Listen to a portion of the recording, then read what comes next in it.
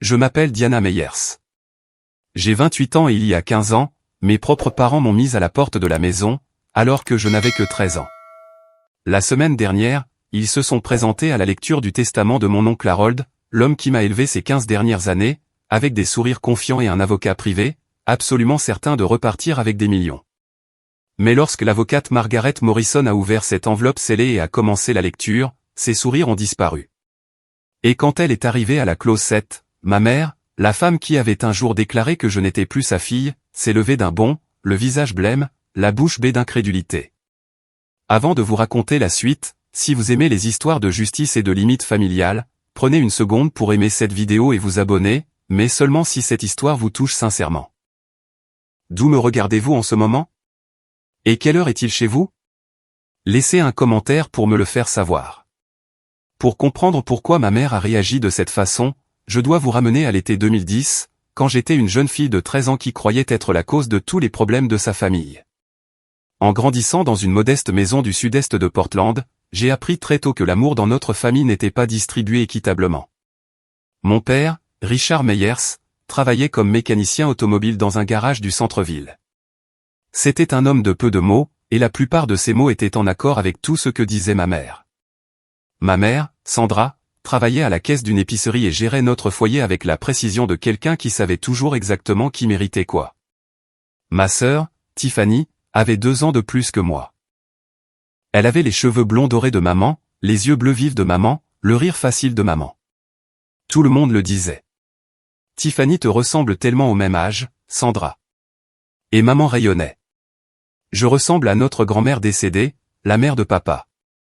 Cheveux bruns, yeux bruns, un tempérament calme. Maman n'a jamais dit que c'était une mauvaise chose.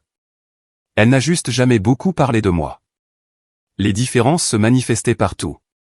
Pour le 15e anniversaire de Tiffany, maman a organisé une fête avec 15 invités, un gâteau à 3 étages de la pâtisserie de Hawthorne, et la location d'une machine à karaoké.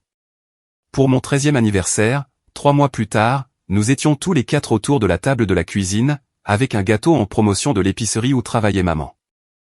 Le glaçage disait « Joyeux anniversaire », sans nom, un reste générique de la commande annulée de quelqu'un d'autre.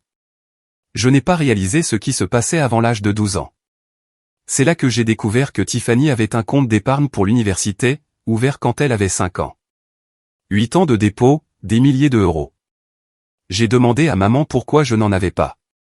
Elle m'a regardé comme si la question la surprenait. Tiffany a besoin d'argent pour l'université, a-t-elle dit. Toi, tu te débrouilleras.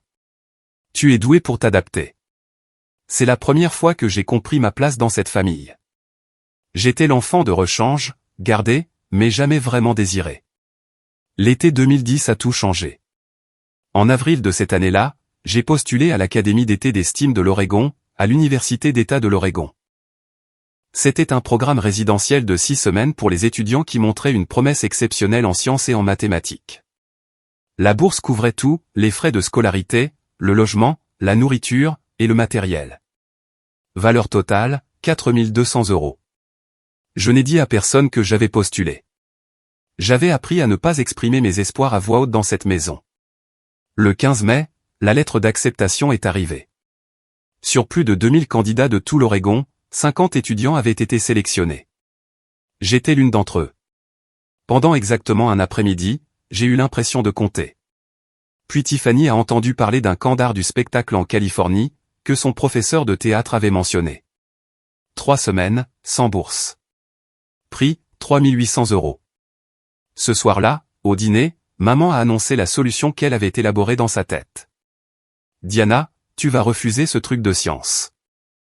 Nous ne pouvons pas nous permettre d'envoyer les deux à des programmes d'été, et le camp de Tiffany l'aidera pour ses candidatures à l'université. Elle a dit ça comme si elle discutait du menu de la semaine, pas comme si elle brisait les rêves de quelqu'un. J'ai fixé mon assiette. Les mots sont sortis avant que je ne puisse les retenir. Non. Toute la table est devenue silencieuse. Même le réfrigérateur semblait avoir cessé de bourdonner. Pardon? La voix de maman a baissé à ce registre dangereux que je lui avais entendu utiliser avec les clients du magasin qui essayaient d'utiliser des coupons expirés. Cette bourse n'est pas votre argent à réaffecter, ai-je dit, ma voix tremblante mais claire. Je l'ai méritée. Elle est à moi. Maman m'a regardé comme si je m'étais transformé en une étrangère, juste sous ses yeux. Si tu ne peux pas te sacrifier pour cette famille, dit-elle lentement, alors tu ne fais pas partie de cette famille. À 13 ans, j'ai pensé qu'elle était juste en colère. Je n'ai pas réalisé qu'elle le pensait littéralement. 3 jours après ce dîner, je suis rentré de la bibliothèque publique pour trouver mes affaires emballées dans 2 sacs poubelles noirs, posés sur le porche. Ma mère se tenait dans l'embrasure de la porte, les bras croisés. Elle n'avait plus l'air en colère. Elle avait l'air résolue, comme quelqu'un qui vient de finir une corvée désagréable. J'ai appelé Harold, a-t-elle dit. Il viendra te chercher. À partir de maintenant, tu es son problème. Je suis resté là, sur le porche que j'avais connu toute ma vie, essayant de comprendre ce qui se passait. Derrière maman, je pouvais voir papa dans le couloir. Il ne m'a pas regardé. Il n'a rien dit. J'ai levé les yeux vers la fenêtre du 2e étage. Tiffany regardait derrière le rideau. Quand nos regards se sont croisés, elle s'est reculée dans l'ombre de sa chambre. Elle n'est pas descendue. J'ai attendu sur ce porche de 18h jusqu'à 22h. 4 heures. Ma mère est rentrée après les 5 premières minutes. La lumière du porche ne s'est jamais allumée. Oncle Harold vivait à Seattle, à 3 heures de route. Il a conduit toute la nuit pour venir me chercher. Quand sa Honda grise est arrivée dans l'allée, j'étais toujours assis sur ces sacs poubelles, les genoux ramenés contre ma poitrine. Il est sorti sans rien dire au début, il s'est juste approché, m'a regardé, et m'a serré dans ses bras si fort que je ne pouvais plus respirer. À partir de maintenant, dit-il doucement, tu as un foyer. Cette nuit-là, alors que nous roulions vers le nord dans l'obscurité en direction de Seattle, je ne savais pas que ma mère avait signé un document avant le départ de l'oncle Harold. Je ne savais pas ce que cela signifiait. J'étais juste une enfant effrayée, regardant par la fenêtre, me demandant ce que j'avais fait de mal. Il faudrait 15 ans pour que ce document refasse surface. Et quand il le ferait, il changerait tout. La maison de l'oncle Harold, dans le quartier de Ballard à Seattle, n'était pas grande, mais elle semblait énorme comparée à l'espace exigu que j'occupais dans la maison de ma famille. Pour la première fois de ma vie, j'avais une chambre qui était entièrement à moi. Plus important encore, j'avais quelqu'un qui croyait en moi. L'oncle Harold avait bâti Meyers Property Holdings à partir de rien, une société immobilière commerciale qu'il avait lancée avec un seul petit immeuble de bureau, acheté après avoir travaillé en double service pendant 6 ans. En 2010, il possédait 8 propriétés dans la région métropolitaine de Seattle. Il ne s'était jamais marié, n'avait jamais eu d'enfant. Quand je suis arrivé à sa porte avec rien d'autre que 2 sacs poubelles, il ne m'a pas seulement accueilli, il a investi en moi. Au cours des 4 années suivantes, je me suis plongé dans mes études. J'ai obtenu mon diplôme du lycée de Ballard en 2014, en tant que major de promotion, présidente du club de mathématiques, avec une moyenne de 4.0. L'université de Washington m'a offert une admission avec une bourse partielle à sa Foster School of Business. En 2018, j'avais mon diplôme de premier cycle en finance, obtenu avec la plus haute distinction et une moyenne de 3,94. L'oncle Harold m'avait offert des opportunités de stage chez Meyers Property Holdings. Dès ma 2e année, j'ai appris le métier de A à Z, saisie de données, analyse de baux, relations avec les locataires, évaluations immobilières. En 2019, après 18 mois dans un grand cabinet d'expertise comptable que j'appellerai Mitchell & Partners, j'ai obtenu ma certification d'expert comptable. 1 an plus tard, l'oncle Harold m'a offert un poste de contrôleur de gestion. En 2021, j'étais directrice financière.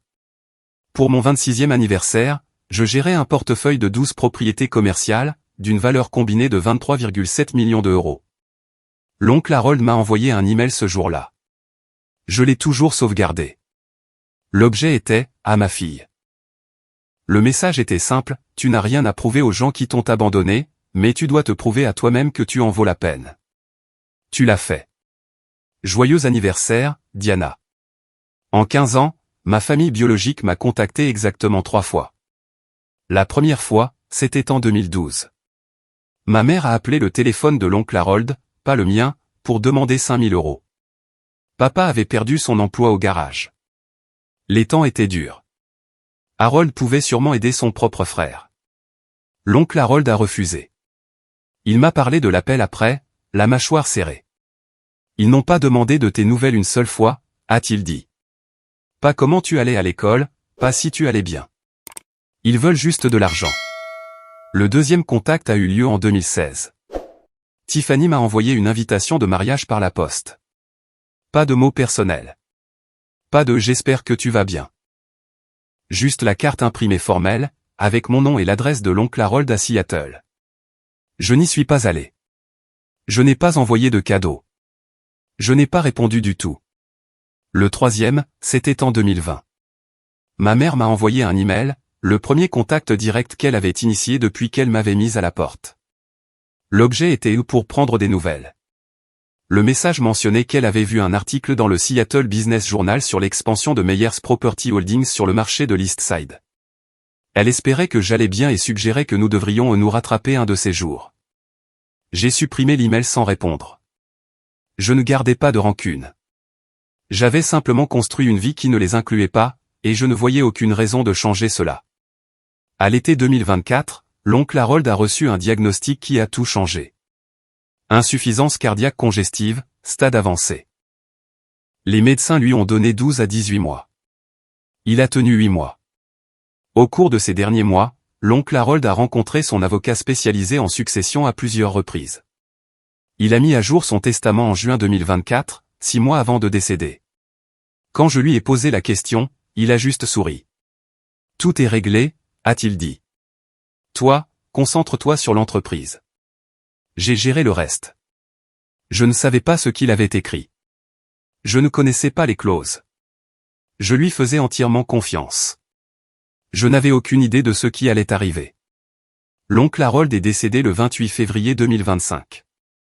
Il est parti paisiblement dans son sommeil, au Swedish Medical Center, alors que je lui tenais la main. Une semaine plus tard, le 7 mars, j'étais dans mon bureau chez Meyers Property Holdings quand mon téléphone a vibré avec un numéro inconnu de Portland. J'ai failli ne pas répondre. Diana. La voix était immédiatement reconnaissable. 15 ans n'avaient pas changé la manière particulière de ma mère de prononcer mon nom, comme si elle goûtait quelque chose qu'elle n'était pas sûre de vouloir avaler. Sandra. J'ai gardé une voix neutre. Pas maman, juste son nom. Une brève pause. Je pouvais presque l'entendre se réajuster. J'ai appris pour Harold, a-t-elle dit. Je suis vraiment désolé pour ta perte. Je pensais que je devrais monter pour le service commémoratif. Présenter mes condoléances. Le service a eu lieu il y a 3 jours. Une autre pause. Oh. Eh bien, j'ai aussi entendu dire qu'il y aura une lecture de testament. La famille a le droit d'assister à ce genre de choses, tu sais, surtout quand il s'agit de la succession d'un frère. Voilà. La vraie raison de l'appel. Comment as-tu su pour la lecture du testament? J'ai un avocat, Victor Harrington. Il a passé quelques appels. Le nom a ravivé un vague souvenir. L'oncle Harold avait mentionné un certain Victor Harrington une fois, un avocat qu'il avait consulté des années auparavant et avec qui il avait décidé de ne pas travailler. J'ai parlé à Margaret Morrison, l'avocate de la succession de l'oncle Harold, le lendemain matin. Elle a confirmé mes soupçons. Sandra avait engagé Victor Harrington pour contester le testament. Leur motif, influence indue, alléguant que j'avais manipulé un homme malade dans ces derniers mois. Ils exigeaient également d'assister à la lecture du testament en tant que membre de la famille immédiate du défunt. J'ai fixé la photo de l'oncle Harold sur mon bureau. Sur la photo, il souriait, presque comme s'il avait su que cela arriverait, presque comme s'il l'avait prévu. Le bureau de Margaret Morrison occupait le 47e étage du Columbia Center, le plus haut bâtiment de Seattle. À travers les fenêtres allant du sol au plafond, on pouvait voir jusqu'au mont Rainier par temps clair. Le 10 mars n'était pas un jour clair. La pluie striait les vitres alors que Margaret exposait la situation. Victor Harrington a déposé une contestation formelle du testament au nom de Richard et Sandra Meyers, a-t-elle dit en faisant glisser un document sur son bureau. La plainte allègue une influence indue. Ils soutiennent que vous avez isolé Harold de sa famille pendant sa maladie et que vous l'avez poussé à modifier son plan de succession. J'ai lu le dossier, mon estomac se nouant à chaque paragraphe. Ils demandent 50% de la succession, a poursuivi Margaret. Leur théorie juridique est qu'en tant que seul frère survivant de Harold, Richard devrait avoir le droit d'hériter selon les règles de la succession AB intesta ou, au minimum, recevoir une part significative qui reflète les liens naturels de fraternité. Des liens naturels, ai-je répété. Richard et Harold ne s'étaient pas parlé depuis 8 ans avant que je vienne vivre avec l'oncle Harold. Le saviez-vous? Margaret a hoché la tête. Je suis au courant. Harold m'a raconté toute l'histoire. Mais ce n'est pas ce qui m'inquiète dans ce dossier. Elle a sorti une autre page de son dossier. Ils n'ont pas besoin de gagner cette affaire. Si cela va en justice, la succession pourrait être gelée pendant 12 à 18 mois, durant la phase de communication des pièces et le procès. Pendant ce temps, les propriétés ont besoin d'être gérées. Les locataires ont besoin d'attention. Les factures doivent être payées. Une longue bataille juridique pourrait coûter des centaines de milliers d'euros en frais d'avocat et potentiellement d'évaluer l'ensemble du portefeuille. Donc, il parie que je vais les payer pour qu'ils s'en aillent. C'est la stratégie, a convenu Margaret. Ce n'est pas rare dans les litiges de succession. J'ai baissé les yeux sur le dossier de contestation.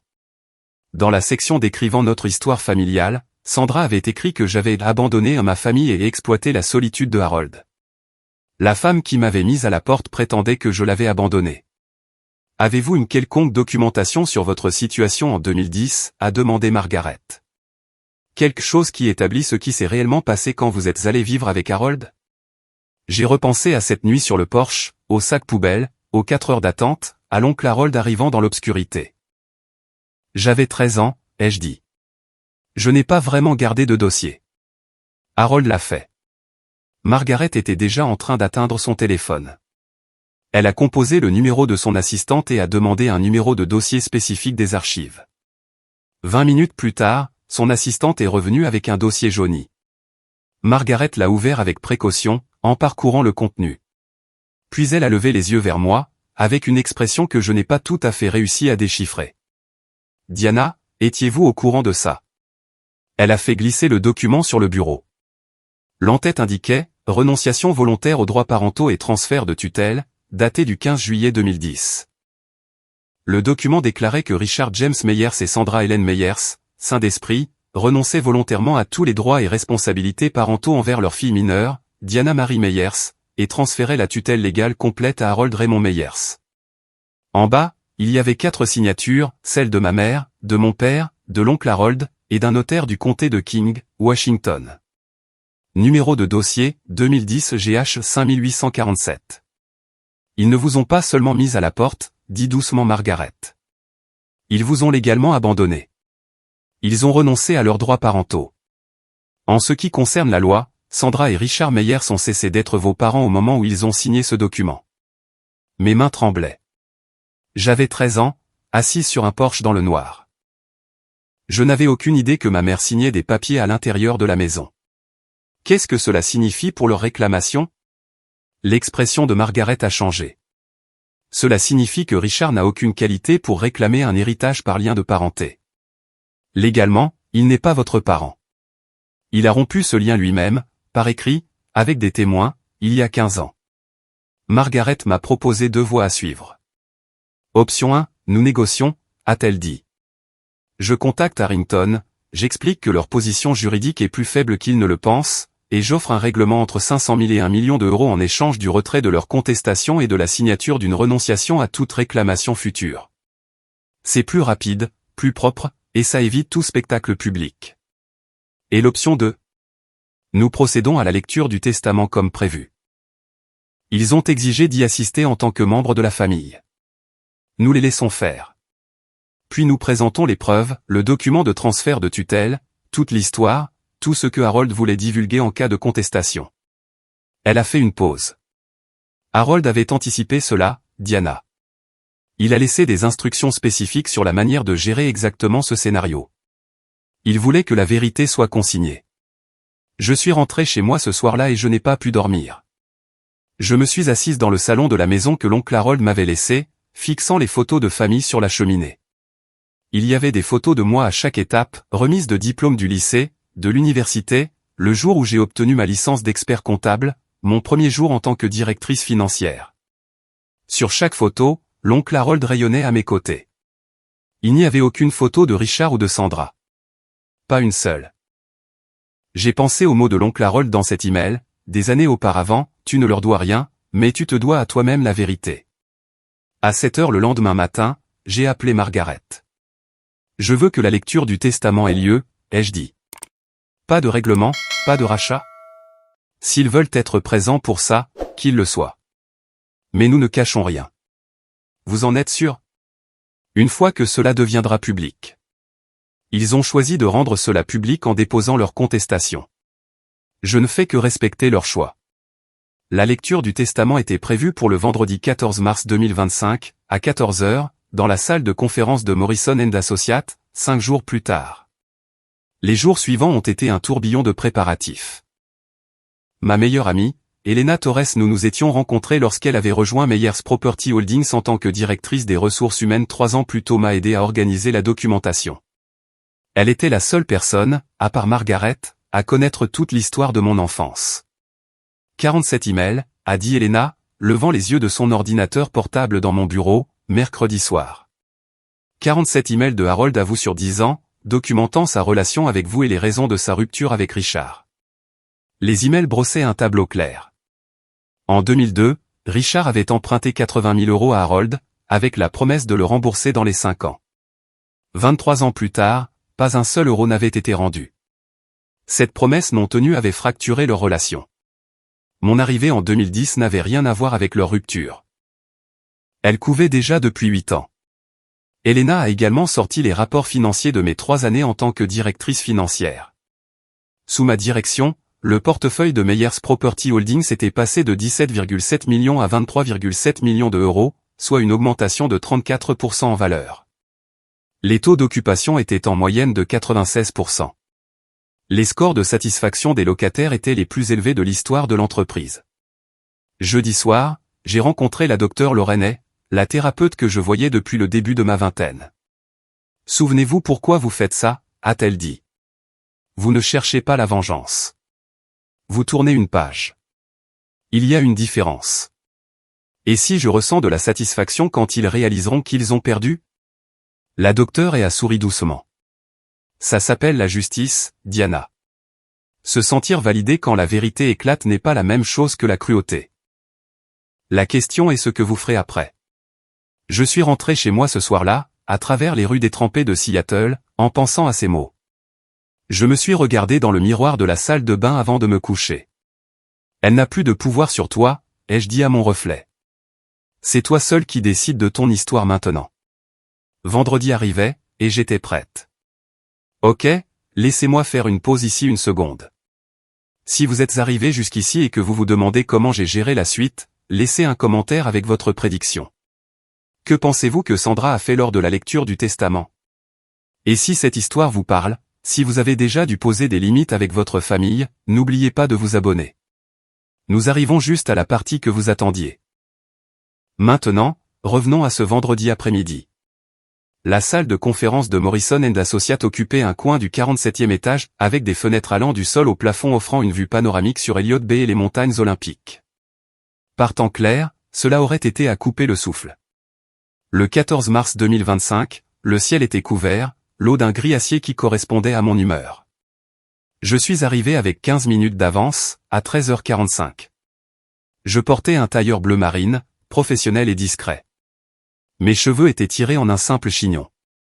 J'avais appris de l'oncle Harold que les personnes les plus puissantes dans une pièce n'ont jamais besoin de se faire remarquer. La salle de conférence pouvait accueillir 20 personnes à la table principale, avec des chaises supplémentaires disposées le long des murs. Quand je suis entré, 14 personnes étaient déjà présentes. Margaret Morrison était assise en bout de table avec 2 jeunes associés. Thomas Graham, l'auditeur principal de Mitchell & Partners qui s'était occupé des comptes de l'oncle Harold pendant une décennie, occupait un siège près de la fenêtre. Des représentants de 3 organisations caritatives remplissaient plusieurs chaises, l'hôpital pour enfants de Seattle, Habitat for Humanity Northwest, et la fondation du Parc National Olympique. L'oncle Harold avait été un donateur important pour les 3 pendant plus de 20 ans. 5 cadres supérieurs de Meyers Property Holdings étaient assis ensemble près de la porte. Ils avaient travaillé avec l'oncle Harold pendant des années et me connaissaient depuis mes jours de stage. Margaret a attiré mon regard et m'a indiqué un siège au centre de la table, juste en face de l'endroit où elle lirait le testament. J'ai pris ma place, disposant le dossier de documents qu'Elena avait préparé devant moi. À travers la paroi vitrée de la salle de conférence, je pouvais voir le hall des ascenseurs. À 14h03, les portes de l'ascenseur se sont ouvertes. Ma mère est sortie la première. Même de l'autre côté de l'étage, je pouvais voir qu'elle s'était habillée pour l'occasion. Robe noire, collier de perles, maquillage complet. Derrière elle venait mon père, ma sœur, et un homme en costume cher portant une mallette Montblanc. Le spectacle allait commencer. Sandra Meyers est entrée dans la salle de conférence comme si elle en était propriétaire. C'était toujours sa manière, projeter une confiance qu'elle n'avait pas méritée, s'approprier un espace qui ne lui avait pas été donné. Elle portait une robe noire qui semblait neuve, et son collier de perles captait les lumières du plafond alors qu'elle balayait la pièce du regard avec une expression étudiée de deuil digne. Derrière elle, mon père, Richard, est entré en traînant les pieds, vêtu d'un costume gris qui ne lui allait plus tout à fait. Il avait pris du poids depuis la dernière fois que je l'avais vu. Ses yeux ont brièvement croisé les miens, puis se sont détournés. Il avait toujours été doué pour détourner le regard. Tiffany suivait dans une robe rose pastel, un choix étrange pour une lecture de testament, comme si elle s'était trompée d'événement. À 30 ans, elle avait l'air fatiguée, d'une manière qui n'avait rien à voir avec le vol matinal depuis Portland. Leur avocat, Victor Harrington, fermait la marche.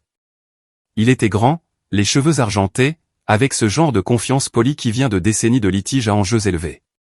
Sa mallette Montblanc coûtait probablement plus que mon premier mois de salaire chez Mitchell & Partners. Le regard de Sandra a balayé la pièce jusqu'à ce qu'il se pose sur moi.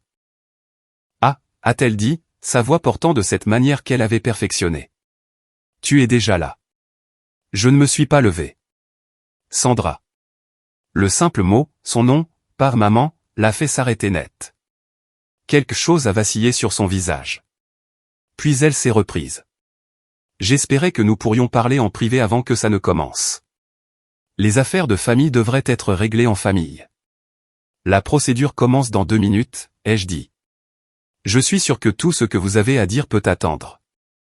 Margaret Morrison s'est levée de son siège. Madame Meyers, Monsieur Meyers, Mademoiselle Meyers, Monsieur Harrington. Des sièges sont disposés le long du mur pour les parties présentes. La table principale est réservée aux bénéficiaires et aux représentants de la succession.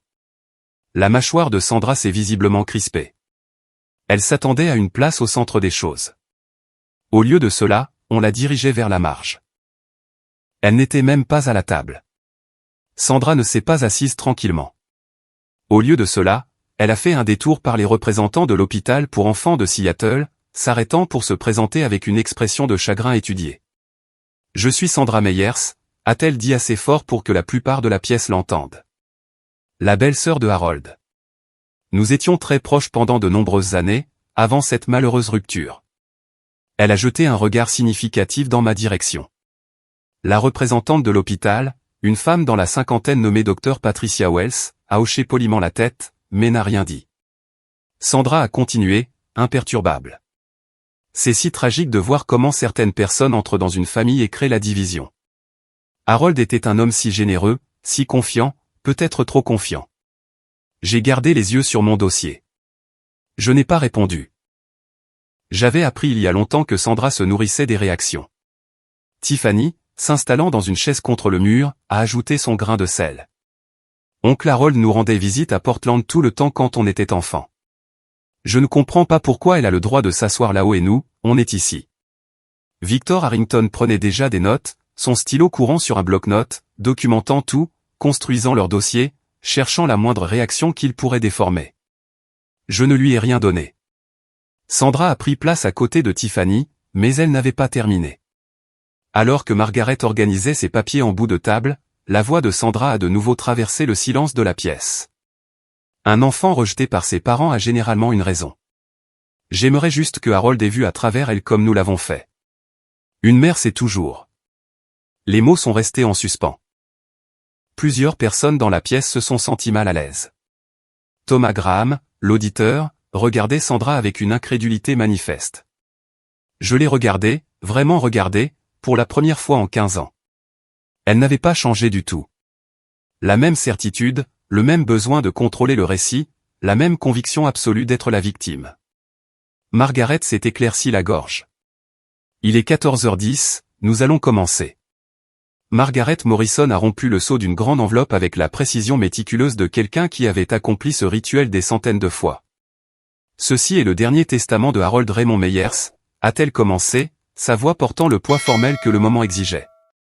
Né le 4 juillet 1953, décédé le 28 février 2025.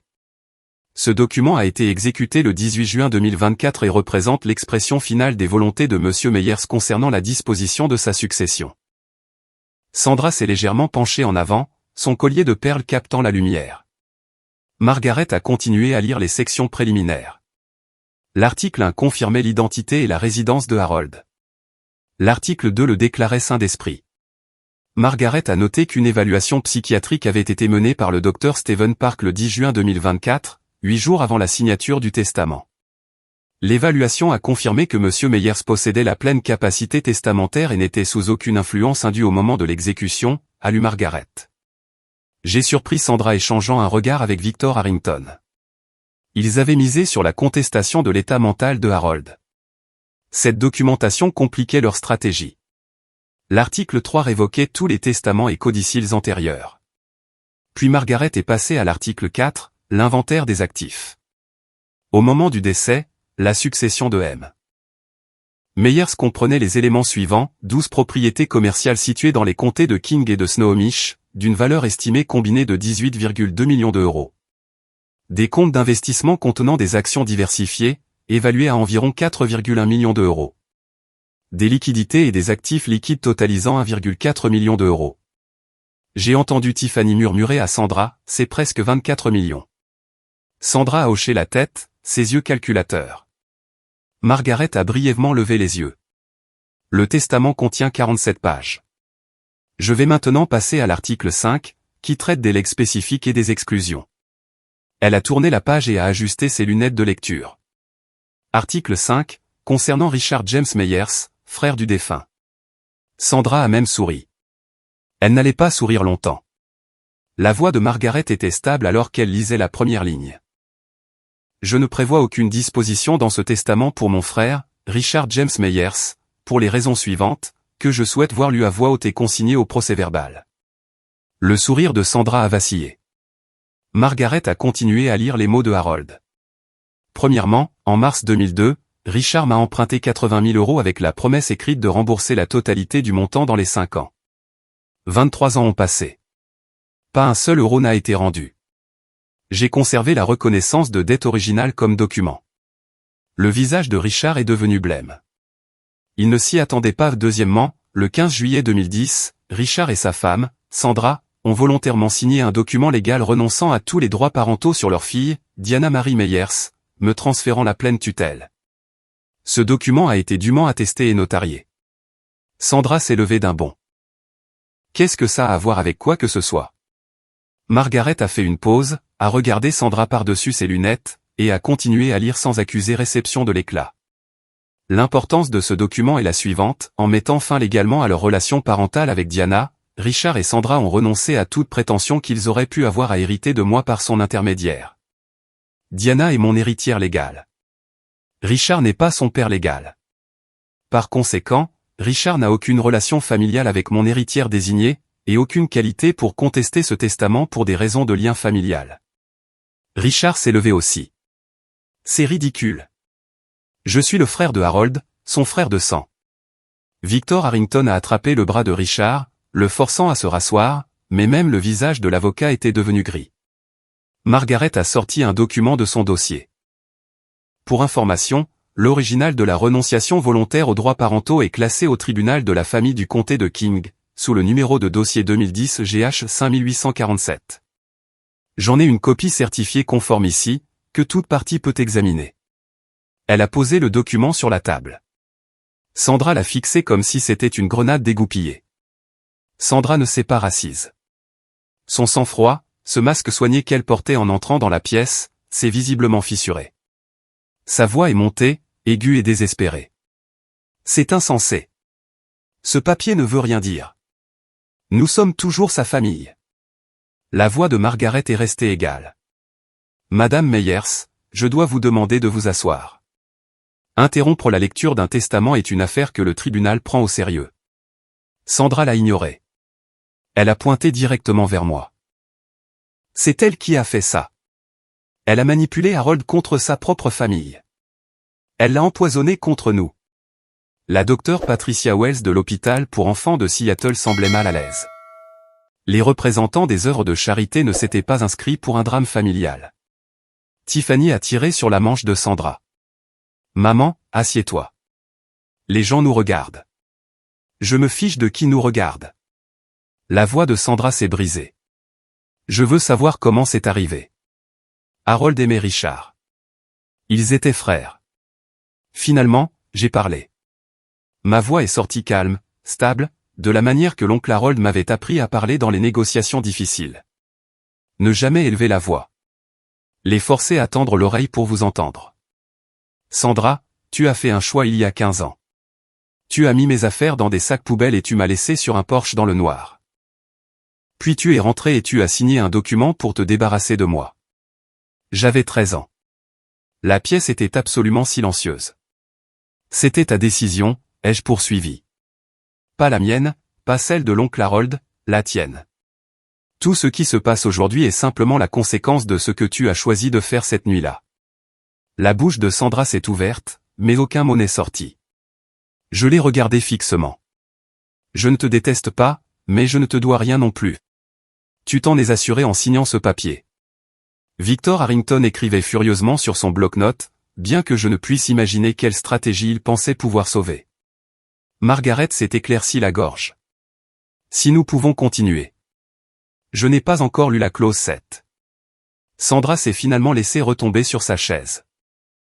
Mais la clause 7 était celle qui mettrait vraiment fin à ses espoirs. Margaret s'est rendue à la page 12 du testament et a marqué une pause. Puis elle a lu les mots qui allaient tout changer. Article 7, désignation de l'unique bénéficiaire. La pièce retenait son souffle. Je lègue par la présente l'intégralité de ma succession, y compris tous les biens immobiliers, les comptes d'investissement, les liquidités, et les effets personnels, à ma fille légalement adoptée, Diana Marie Meyers. Adoptée. Le mot est resté suspendu dans l'air comme un coup de tonnerre. Le visage de Sandra est devenu blanc. Vraiment blanc, comme si on lui avait vidé la tête de son sang. Adoptée? La voix de Richard était rauque. Depuis quand? Margaret a répondu avec la même précision calme qu'elle avait utilisée tout au long de la séance. M. Harold Meyers a officiellement adopté Diana Marie Meyers le 12 septembre 2012, alors qu'elle avait 15 ans. L'adoption a été finalisée par le tribunal de la famille du comté de King, sous le numéro de dossier 2012 ADE 3291. Comme M et Madame Richard Meyers avaient déjà légalement renoncé à leurs droits parentaux en 2010, aucun consentement supplémentaire n'était requis. Tiffany m'a dévisagé. Donc, tu n'es même plus notre parente? J'ai croisé son regard.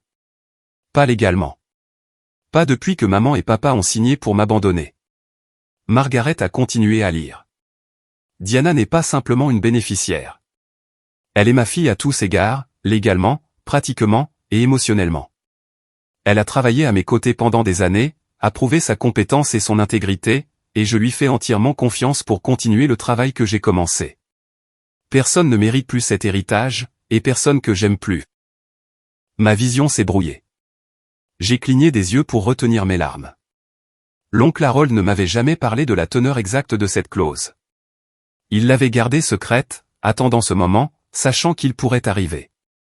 Sandra secouait lentement la tête, comme quelqu'un qui essaie de se réveiller d'un cauchemar. Ça ne peut pas être légal, a-t-elle murmuré. Victor, dis-leur que ça ne peut pas être légal. Victor Harrington n'a pas répondu. Il fixait son bloc-notes, le stylo immobile. Il savait que l'affaire était terminée. Margaret a sorti de son dossier une enveloppe scellée, plus petite que les autres. Il y a un dernier élément, a-t-elle dit. Monsieur Meyers a laissé une lettre personnelle pour Diana avec des instructions pour que j'en lise une partie à voix haute durant cette procédure, si Diana y consent. J'ai hoché la tête, ne faisant pas confiance à ma voix. Margaret a ouvert l'enveloppe avec précaution et a déplié une seule page manuscrite. L'écriture familière de l'oncle Harold remplissait le papier, la même écriture que j'avais vue sur les cartes d'anniversaire, les emails, et les notes laissées sur mon bureau pendant 15 ans. Margaret a commencé à lire. Diana, si cette lettre est lue à voix haute, cela signifie que les choses se sont passées exactement comme je l'avais prévu. Ta famille biologique s'est présentée, cherchant de l'argent qu'elle n'a jamais gagné, auprès d'un homme dont elle ne s'est jamais souciée. Je suis désolé que tu doives traverser ça, mais je sais aussi que tu es assez forte pour y faire face. Un son doux s'est échappé de la gorge de Sandra, presque un gémissement.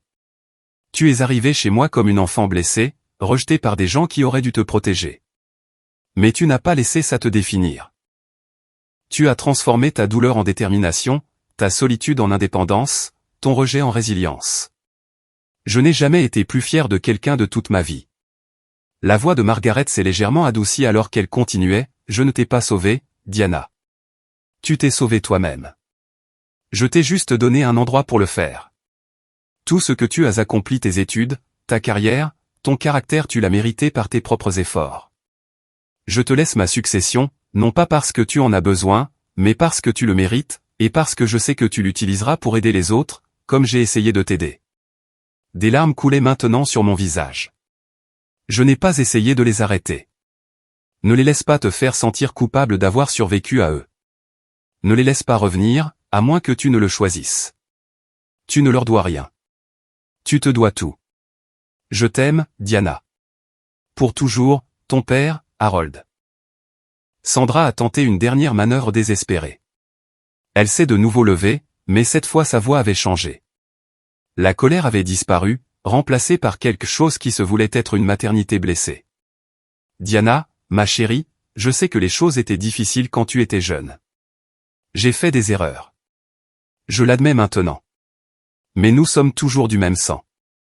Nous pouvons surmonter ça. Ne pouvons-nous pas au moins parler de diviser la succession équitablement? J'ai essuyé mes larmes et je les regardais. Tu as renoncé au droit de m'appeler ma chérie il y a 15 ans. Je veux contester ce testament, a annoncé Sandra à la salle. Victor, dis-leur que nous avons des motifs. Influence indue. Harold était malade. Elle l'a isolé. Victor Harrington a finalement parlé, bien qu'il ait eu l'air d'un homme lisant son propre avis de décès. Madame Meyers, peut-être devrions-nous discuter de nos options en privé. Non. Dites-leur que nous allons nous battre. Margaret a interrompu en tournant son iPad vers la salle. À l'écran se trouvait une conversation par email. Monsieur Harrington, peut-être aimeriez-vous expliquer cela à vos clients. Le silence s'est fait dans la pièce. Margaret a lu à voix haute. Ceci est un email daté du 3 mars 2022, de Harold Meyers à Victor Harrington. L'objet est le fin de service. Dans l'email, Monsieur Meyers écrit, « Victor, je mets fin à notre relation professionnelle. Votre conseil d'inclure Richard dans mon plan de succession, malgré ses années d'exploitation financière et son traitement de Diana, est inacceptable. Je vais engager un nouveau conseil. » Elle a levé les yeux vers Victor. Vous avez précédemment représenté Harold Meyers. Vous avez été licencié parce que vous avez défendu les intérêts de Richard au détriment des volontés de Harold. Et maintenant, vous avez accepté cette affaire contre la succession de Harold sans divulguer ce conflit d'intérêts à vos clients actuels. Le visage de Victor avait pris la couleur du vieux béton. Sandra s'est tournée pour le fixer.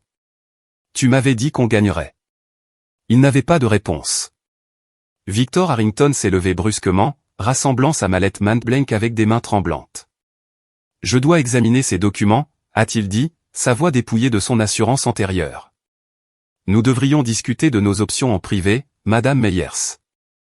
Discuter de quoi? La voix de Sandra montait à nouveau. Tu pars? Maintenant, au milieu de tout ça? Victor n'a pas répondu. Il se dirigeait déjà vers la porte, marchant d'un pas raide, celui d'un homme qui savait que sa carrière pourrait être en train d'imploser. Victor, a crié Sandra après lui. Victor! La porte de la salle de conférence s'est refermée derrière lui avec un clic doux. Sandra est restée figée, abandonnée par son propre avocat devant tout ce qu'elle espérait impressionner. Richard n'avait pas dit un mot depuis des minutes. Il était affalé sur sa chaise, fixant le sol. Il avait passé toute sa vie à suivre les directives de Sandra, et maintenant elle les avait menés tous les deux au bord du précipice. Tiffany pleurait doucement. Je ne pouvais pas dire si elle était bouleversée par l'argent ou par l'humiliation publique. Sandra s'est de nouveau tournée vers moi. Le masque était complètement tombé. En dessous, il n'y avait que du désespoir. Et en dessous, quelque chose qui aurait pu être les premiers signes d'un regret réel. Diana, sa voix s'est brisée. On peut encore. Je veux dire, on est toujours une famille, n'est-ce pas? Le sang, c'est le sang. Tu pourrais encore. Je me suis levé de la table. Sandra, tu as cessé d'être ma famille le 15 juillet 2010. Tu as signé le document toi-même. Je n'ai pas fait ce choix. C'est toi qui l'as fait. J'ai rassemblé mon dossier et je l'ai regardé fixement. Je ne te déteste pas. J'ai même pitié de toi. Mais tu n'as aucun droit sur moi. Ni légalement, ni émotionnellement, ni d'aucune manière qui compte. Je me suis tourné vers Margaret. Pouvons-nous continuer avec les articles restants? Margaret a hoché la tête. Sandra s'est assise lourdement. Elle n'a plus parlé du reste de la lecture. Margaret est passée à la section suivante avec un calme professionnel. Article 9, legs caritatif. Les représentants des 3 organisations caritatives se sont redressés sur leur siège. Je demande que les dons suivants soient faits sur ma succession, 500 000 € à l'hôpital pour enfants de Seattle, à utiliser pour la création d'un fonds de bourse pour les enfants issus de milieux défavorisés. 300 000 € à Habitat for Humanity Northwest pour la construction de logements abordables dans la région du Grand Seattle. 200 000 € à la Fondation du Parc National Olympique pour la préservation de la nature et les programmes d'éducation environnementale. La docteure Patricia Wells de l'hôpital pour enfants de Seattle a hoché solennellement la tête. Harold était l'un de nos donateurs les plus constants depuis plus de 2 décennies. Ce don aidera des centaines de familles. Le représentant d'Habitat for Humanity a ajouté, nous avons construit 6 maisons grâce aux dons précédents de Harold. Ceci en financera au moins 4 de plus. Margaret a continué, je demande également que ma fille, Diana, poursuive les programmes de dons caritatifs que j'ai établis de mon vivant, à sa discrétion. Je lui fais entièrement confiance. J'ai retrouvé ma voie. Je le ferai. J'honorerai tout ce que l'oncle Harold a construit. Une pensée m'est venue en regardant les 3 représentants d'œuvres de charité assis dans cette pièce. Ils n'étaient pas là parce que la loi l'exigeait. Ils étaient là parce que l'oncle Harold leur avait demandé de venir. Ils voulaient des témoins, des parties neutres qui pourraient témoigner de ce qui s'était passé ici aujourd'hui. Si Sandra et Richard tentaient de poursuivre leur affaire, l'oncle Harold avait anticipé chaque mouvement. La docteure Wells a attiré mon regard et m'a offert un petit sourire bienveillant. Harold parlait de vous constamment. À chaque réunion du conseil d'administration, à chaque événement de donateurs. Diana a fait ceci. Diana a accompli cela. Il était si fier de vous. J'ai cligné des yeux pour retenir de nouvelles larmes. Même dans la mort, l'oncle Harold m'avait entouré de gens qui croyaient en moi. Quand Margaret a fini de lire les derniers articles du testament, elle s'est tournée vers moi. Diana, en tant qu'unique bénéficiaire et exécutrice testamentaire, souhaitez-vous dire quelques mots? Je n'avais pas prévu de parler, mais des dizaines d'yeux me regardaient, et j'ai réalisé qu'il y avait des choses à dire, non pas pour le bien de Sandra, mais pour le mien. Je me suis levé. La plupart d'entre vous connaissaient l'oncle Harold bien plus longtemps que moi. Il m'a accueilli quand j'avais 13 ans et que je n'avais rien. Il m'a donné un foyer, une éducation, et surtout, une famille qui a choisi de m'aimer.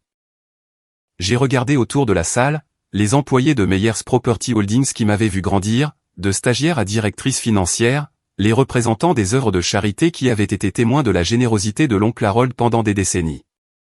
Avec cet héritage, j'ai l'intention de continuer tout ce que Harold a construit. Les propriétés seront gérées avec la même intégrité qu'il a établie. Les engagements caritatifs seront maintenus. Et je vais créer un nouveau fonds de bourse, la bourse Meyers pour l'estime, destiné aux enfants issus de situations familiales difficiles qui ont besoin que quelqu'un croie en eux. Mes yeux ont trouvé Sandra, toujours assise, rigide, sur sa chaise. Quant à mes parents biologiques, je ne leur garde aucune rancune. J'ai fait la paix avec ce qui s'est passé. Mais la paix ne signifie pas prétendre que ça n'a pas eu lieu, et ça ne signifie pas ouvrir des portes que j'ai eu tant de mal à fermer. J'ai pris une inspiration. Harold m'a appris que la famille est un choix. Les gens qui sont là pour vous quand tout s'effondre, ce sont eux votre famille. Selon cette définition, les gens dans cette pièce qui connaissaient Harold, qui travaillaient avec lui, qui le respectaient, vous êtes plus ma famille que les gens qui partagent mon ADN. Je me suis rassise. La pièce est restée silencieuse un long moment. Puis Thomas Graham, l'auditeur, a commencé à applaudir. D'autres ont suivi. Sandra n'a pas bougé. Margaret a officiellement conclu la lecture à 15h47. Le testament a été lu dans son intégralité. Toutes les exigences légales ont été satisfaites. Madame Meyers, vous pouvez contacter notre bureau la semaine prochaine pour commencer le processus de transfert. La succession devrait être entièrement réglée dans les 14 jours ouvrables. Les gens ont commencé à se lever, les conversations reprenant vie autour de la pièce. Sandra s'est levée lentement, comme une femme qui avait vieilli de 10 ans en 2 heures. Richard se dirigeait déjà vers la porte, ne regardant personne. Tiffany a pris son sac à main et a suivi son père sans un mot. Sandra s'est attardée. Elle s'est retournée pour me regarder une dernière fois. Son maquillage avait légèrement coulé autour de ses yeux. La femme confiante qui était entrée dans cette pièce en attendant des millions semblait maintenant diminuer, plus petite. Elle a ouvert la bouche comme pour dire quelque chose. J'ai vu ses lèvres former ce qui aurait pu être le début d'un « je suis désolé », mais ensuite elle a refermé la bouche, s'est détournée, et est sortie. Je l'ai regardée partir.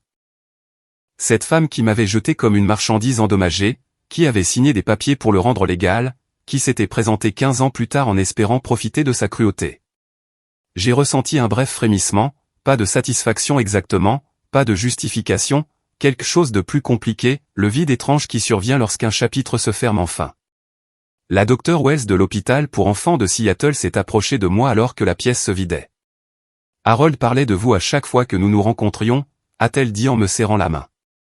Il m'a dit un jour que vous accueillir avait été la meilleure décision de sa vie. Je comprends pourquoi. Elle a glissé une carte de visite dans ma paume. Quand vous serez prête à discuter de ce fonds de bourse, veuillez m'appeler directement. Elena est apparue à mes côtés, me serrant le bras. Tu l'as fait, a-t-elle dit doucement. Harold serait si fier. J'ai regardé la photo de l'oncle Harold que j'avais apportée. J'espérais qu'elle avait raison. Je dois prendre une grande respiration ici. C'était le moment que je redoutais et que j'espérais en même temps. Si vous avez déjà dû faire face à quelqu'un qui vous a blessé, quelqu'un qui croyait encore être la victime, vous savez à quel point c'est épuisant. Avez-vous vécu quelque chose de similaire? Dites-le moi dans les commentaires. Et si vous voulez savoir ce qui s'est passé après que cette salle de conférence se soit vidée, restez avec moi. L'histoire n'est pas terminée. Une semaine après la lecture du testament, Margaret Morrison a déposé une plainte formelle auprès de l'Ordre des avocats de l'État de Washington. L'objet, les violations éthiques de Victor Harrington. Je ne lui ai pas demandé de le faire. Elle l'a fait parce que c'était son obligation professionnelle.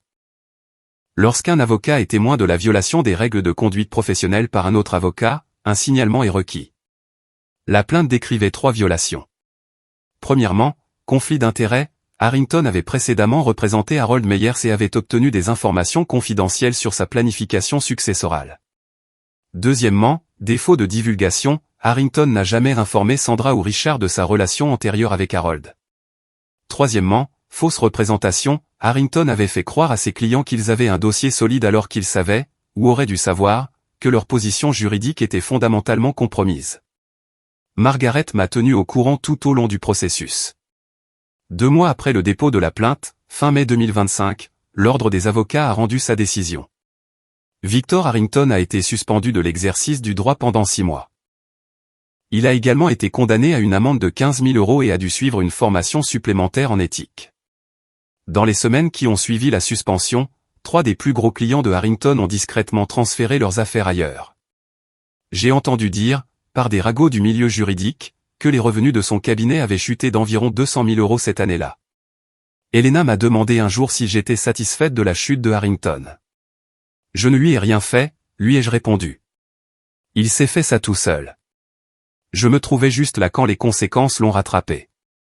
C'était la vérité.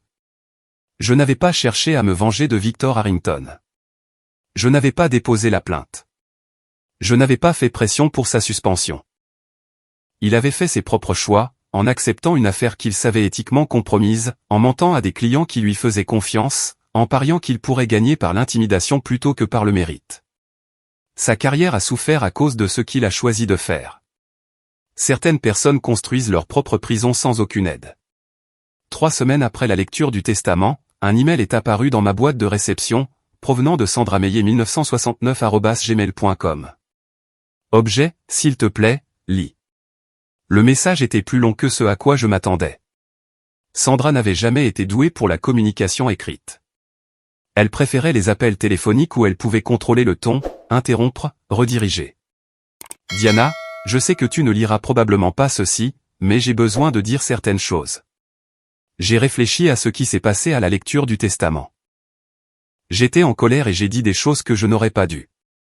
Mais je veux que tu saches que je comprends maintenant que j'ai fait des erreurs quand tu étais jeune. J'étais dépassé. Ton père et moi avions des difficultés financières. Les choses nous ont échappé. Je ne demande pas d'argent. Je demande une chance de réparer les choses. Nous sommes toujours une famille, Diana. Le sang ne disparaît pas simplement à cause de papiers juridiques. Je suis ta mère. Rien ne peut changer ça. Pouvons-nous parler? Je pense que si nous nous asseyions simplement ensemble, nous pourrions surmonter ça. Je t'aime. Je t'ai toujours aimé. Maman. J'ai lu l'email 3 fois. Puis j'ai appelé la docteure et, ma thérapeute, et je le lui ai lu au téléphone. Que remarquez-vous dans cet email? A-t-elle demandé. J'y ai réfléchi. Elle reconnaît des erreurs, mais ne nomme pas lesquelles. Elle blâme les circonstances, les difficultés financières, le fait d'être dépassée. Elle dit qu'elle ne demande pas d'argent, mais passe ensuite à l'idée de surmonter ça. Et elle s'appelle toujours maman, même si elle a renoncé à ce droit. Que voulez-vous faire? J'ai mis 2 jours à écrire ma réponse. Elle faisait 4 phrases. Sandra, j'ai lu ton email. Je t'ai pardonné il y a longtemps, pour moi-même, pas pour toi. Mais je ne veux pas de relation avec toi. S'il te plaît, ne me contacte plus. Elle n'a pas répondu. Je n'ai ressenti aucune culpabilité, seulement de la clarté. 2 mois après la lecture du testament, une lettre est arrivée à mon adresse de Seattle. Pas un email, une vraie lettre manuscrite sur du papier ordinaire, glissée dans une enveloppe légèrement froissée avec un cachet de la poste de Portland. L'adresse de l'expéditeur indiquée était Warren. Tiffany avait pris le nom de son ex-mari lorsqu'elle s'était mariée. Je l'ai ouverte à contre-cœur, m'attendant à plus de manipulation. Ce que j'ai trouvé était différent. Diana, je n'écris pas pour demander quoi que ce soit. Je ne veux pas d'argent. Je ne veux pas de pardon. J'ai juste besoin de dire quelque chose que j'aurais dû dire il y a 15 ans. La nuit où maman et papa t'ont mise à la porte, je regardais depuis la fenêtre de ma chambre. Je t'ai vu assise sur le porche avec ses sacs poubelles. J'ai regardé pendant 4 heures.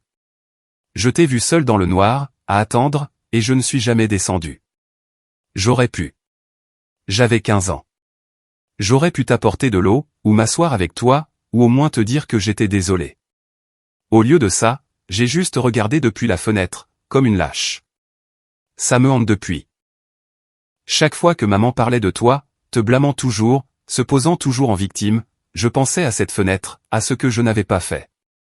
Je ne te demande pas de me pardonner. Je ne demande pas de relation. Je voulais juste que tu saches que je sais que ce que j'ai fait était mal. Je t'ai laissé tomber quand tu avais le plus besoin de ta famille. Tu méritais mieux de la part de ta grande sœur. Si tu ne veux plus jamais entendre parler de moi, je comprends. Mais je ne pouvais pas laisser passer une autre année sans te dire la vérité. Tiffany. J'ai lu la lettre 4 fois. C'était la chose la plus honnête que quiconque dans ma famille biologique m'ait jamais dite. Je n'ai pas répondu immédiatement. J'avais besoin de temps pour savoir ce que je voulais faire, le cas échéant, de cette ouverture inattendue. Mais pour la première fois en 15 ans, j'ai ressenti autre chose que de la distance en pensant à ma sœur. 4 mois après la lecture du testament, j'ai finalement répondu à Tiffany. La docteure m'avait aidé à réfléchir à ce que je voulais vraiment. Pas ce que je me sentais obligé de faire, pas ce qui paraîtrait généreux ou indulgent, mais ce que je voulais sincèrement pour moi-même. La réponse m'a surprise. Je ne voulais pas exclure complètement Tiffany. Sa lettre avait été la première reconnaissance honnête de ce qui s'était passé cette nuit-là. Pas d'excuses, pas de dérobade, pas de demande d'argent, juste une prise de responsabilité. Mais je n'étais pas non plus prête à lui faire confiance. 15 ans de distance ne disparaissent pas à cause d'une seule lettre. Alors j'ai répondu, avec des conditions. Tiffany, j'ai lu ta lettre plusieurs fois. J'apprécie que tu aies reconnu ce qui s'est passé sans chercher d'excuses. Cela a demandé du courage. Je ne suis pas prête pour une relation complète, mais je suis ouverte à un contact prudent, sous ces conditions. Premièrement, aucun contact par l'intermédiaire de maman ou papa. J'ai mis fin à toute communication avec eux de manière permanente, et j'ai besoin que cette limite soit respectée. Deuxièmement, aucune discussion sur l'argent, l'héritage, ou quoi que ce soit lié à la succession de l'oncle Harold, jamais. Troisièmement, je me réserve le droit de mettre fin à toute conversation sans explication. Si je deviens silencieuse, j'ai besoin que tu le respectes. Si ces conditions te conviennent, nous pouvons commencer par un appel vidéo mensuel de 15 minutes, sans pression. Nous pouvons parler de nos vies, de manière superficielle au début. Si cela se passe bien, nous pourrons construire à partir de là. Ce n'est pas moi qui dis que tout est pardonné et oublié. C'est moi qui dis que je suis prête à voir s'il y a quelque chose qui vaut la peine d'être construit, mais cela doit se faire selon mes termes. Fais-moi savoir si tu acceptes ces conditions. Diana. Sa réponse est arrivée 3 jours plus tard. Un seul mot, accepter. J'ai programmé notre premier appel pour le samedi suivant. 15 minutes. C'était tout ce à quoi je pouvais m'engager, mais c'était un début. Le premier appel vidéo avec Tiffany a eu lieu un samedi après-midi de septembre 2025, 6 mois après la lecture du testament. J'étais assise dans mon bureau à domicile, mon ordinateur portable ouvert, regardant les secondes s'écouler jusqu'à 14 heures. Mon cœur battait plus vite que lors de la lecture du testament. Cela semblait plus dangereux, d'une certaine manière. Affronter Sandra, c'était me défendre contre une attaque. Ici, c'était choisir d'être vulnérable. L'appel s'est connecté. Le visage de Tiffany a rempli l'écran. Elle avait l'air différente de ce qu'elle était à la lecture du testament. Moins maquillée, plus fatiguée, mais aussi, d'une certaine manière, plus réelle. « Salut », a-t-elle dit. « Salut. » Nous nous sommes regardés un instant. 15 ans, compressés dans un rectangle d'appel vidéo. Je n'étais pas sûr que tu répondrais vraiment, a-t-elle admis. J'ai failli ne pas le faire. Cela a détendu l'atmosphère. Tiffany a ri, un son nerveux et soulagé, et je me suis surprise à presque sourire. Nous sommes restés légères, comme je l'avais demandé. En surface. Elle m'a parlé de son travail. Elle suivait une formation pour devenir prothésiste angulaire, en vue d'obtenir sa licence. Elle a mentionné ses enfants, Jaden, 8 ans, et Lily, 6 ans, sans me demander d'être leur tante. Je lui ai parlé de l'entreprise, du temps qu'il faisait à Seattle, de rien de trop personnel. À 14 minutes, j'ai dit que nous devrions conclure. Diana, la voix de Tiffany m'a arrêté avant que je ne puisse mettre fin à l'appel. Merci de me donner une chance. Je sais que tu n'étais pas obligé. C'est la première étape, ai-je dit. On verra où ça nous mène. La première étape, c'est plus que ce à quoi je m'attendais. Nous avons programmé un autre appel pour le mois suivant. Après qu'elle ait raccroché, je suis restée assise dans mon bureau pendant un long moment, à assimiler. Je ne savais pas si Tiffany et moi aurions un jour une vraie relation. Peut-être resterions-nous pour toujours dans cette situation précaire. Mais pour la première fois, c'était moi qui décidais de la suite. Ce pouvoir valait plus que l'héritage. 14 mars 2026, un an exactement après la lecture du testament qui a tout changé. Je me tenais devant un modeste immeuble commercial sur Capitol Hill, la première propriété que l'oncle Harold ait jamais achetée, en 1987, alors qu'il était un homme de 34 ans avec un rêve et à peine assez d'argent pour un acompte. Le bâtiment avait été rénové l'automne dernier, nouvelles fenêtres, système de chauffage et de climatisation mis à jour, aménagement paysager frais. Mais aujourd'hui, j'étais là pour autre chose. Une plaque de bronze avait été montée à côté de l'entrée principale, l'immeuble Harold R. Meyers. En mémoire d'un homme qui a choisi l'amour plutôt que le sang. 1953 à 2025. J'ai touché les lettres de son nom, sentant le métal froid sous mes doigts. Dans l'année qui a suivi la lecture du testament, Meyers Property Holdings avait connu une croissance de 12%, portant la valeur du portefeuille à 26,5 millions d'euros. Les taux d'occupation sont restés supérieurs à 95%. Nous avions acquis 2 nouvelles propriétés et en avions modernisé 3. Plus important encore, la bourse Meyers pour l'estime avait attribué ses premières subventions, 5 étudiants issus de situations familiales difficiles, chacun recevant un financement complet pour des programmes d'été en sciences et en mathématiques. La Dr Wells de l'hôpital pour enfants de Seattle avait aidé à sélectionner les lauréats. Tiffany et moi nous parlions toujours une fois par mois. Les conversations étaient devenues un peu plus faciles. Nous étions passés de 15 à 25 minutes. J'avais vu des photos de ses enfants. Elle avait vu des photos de mon appartement. Nous n'étions pas des sœurs au sens traditionnel du terme, mais nous étions quelque chose. Sandra et Richard avaient cessé d'essayer de me contacter. Je ne savais pas à quoi ressemblait leur vie maintenant, et j'ai découvert que je n'avais pas besoin de le savoir. Elena s'est approchée de moi, regardant la plaque. « Ça va ?» J'ai réfléchi à la question. « Je suis en paix », ai-je dit.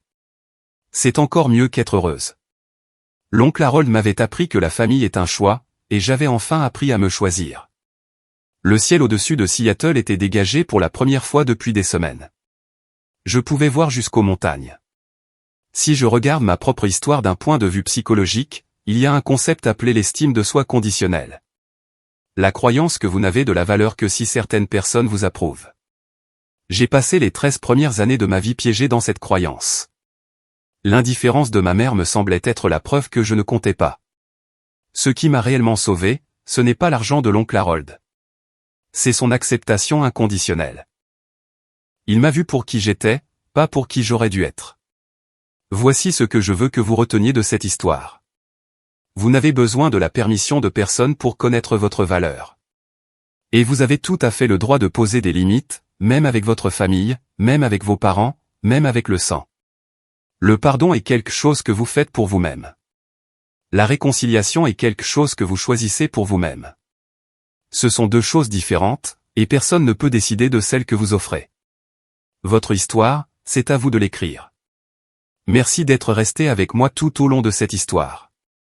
Si elle a résonné en vous, si vous avez déjà dû trouver votre propre valeur après que quelqu'un ait essayé de vous l'enlever, j'espère que vous savez que vous n'êtes pas seul. Si vous souhaitez entendre d'autres histoires comme celle-ci, abonnez-vous et cliquez sur la cloche de notification. Et consultez la description pour des liens vers des histoires similaires sur les limites, la famille, et la recherche de son propre chemin. D'ici la prochaine fois, prenez soin de vous.